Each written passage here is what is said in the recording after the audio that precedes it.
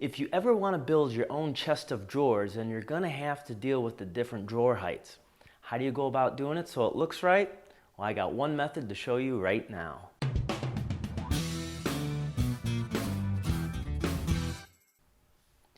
Hello folks, this is another segment in becoming a better woodworker using geometry.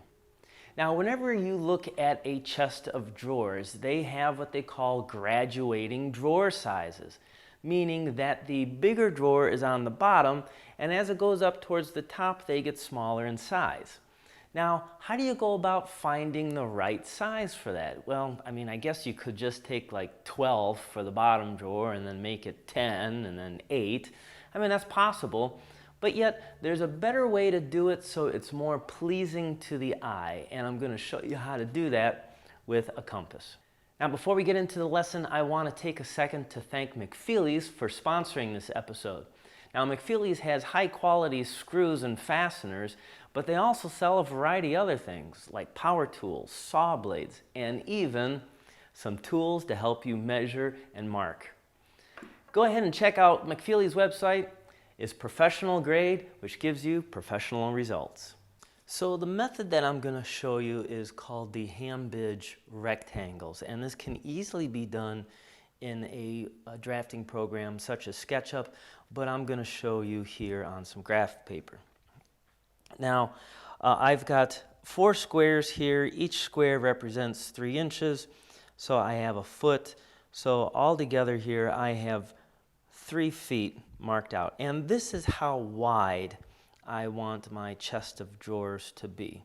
And what I want to figure out now is the number of drawers that I want and the graduating sizes of drawers.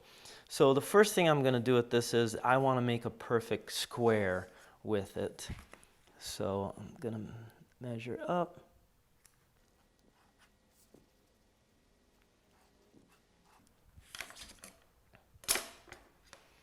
And now with my compass, I want to set it from going from this corner, this point, diagonal to the other corner.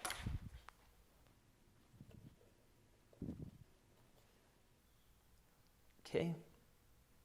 And now I'm going to swing an arc.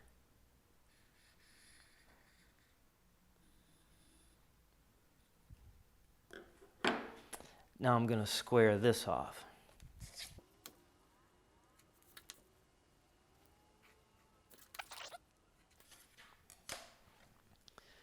This now represents my first drawer size, and I'm going to keep repeating this. I'll take the compass, and now instead of going from this point, I'm going to widen the compass, take it up to the next one, and swing and make another arc.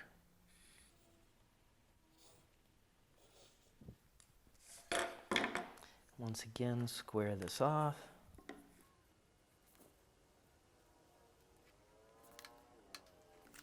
And now you can see that my second drawer is considerably smaller than the first drawer. So I'm going to do this several more times to give me a bunch of drawers on this.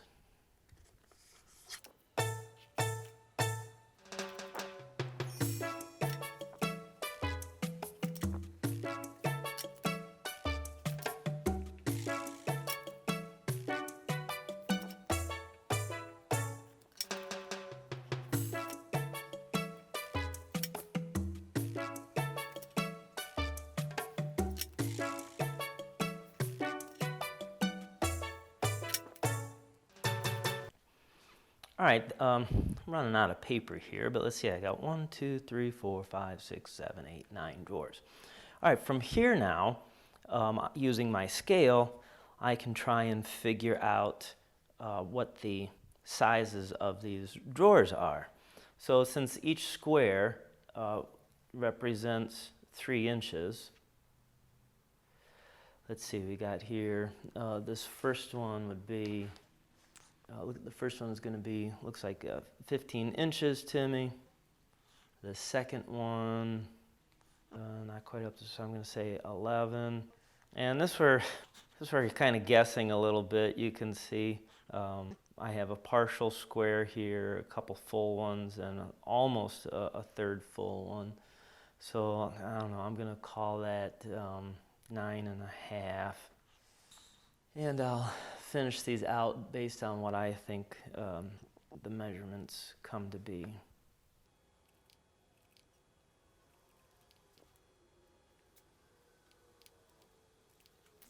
Okay, so this does get a little bit tough as far as being exactly precise. So I'm just curious myself. Now I'm going to run in and do it on the computer and see what SketchUp tells me that these measurements would come to be. So here's my SketchUp drawing of it, and actually it's pretty close. So the first one that they're saying is 14 and 29/32, so I would say this one was good.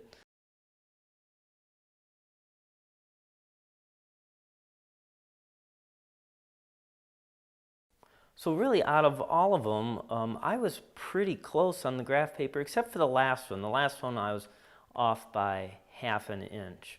But you can kind of tell here as it gets taller, the jump in size isn't as big. We're going more in little increments versus big ones.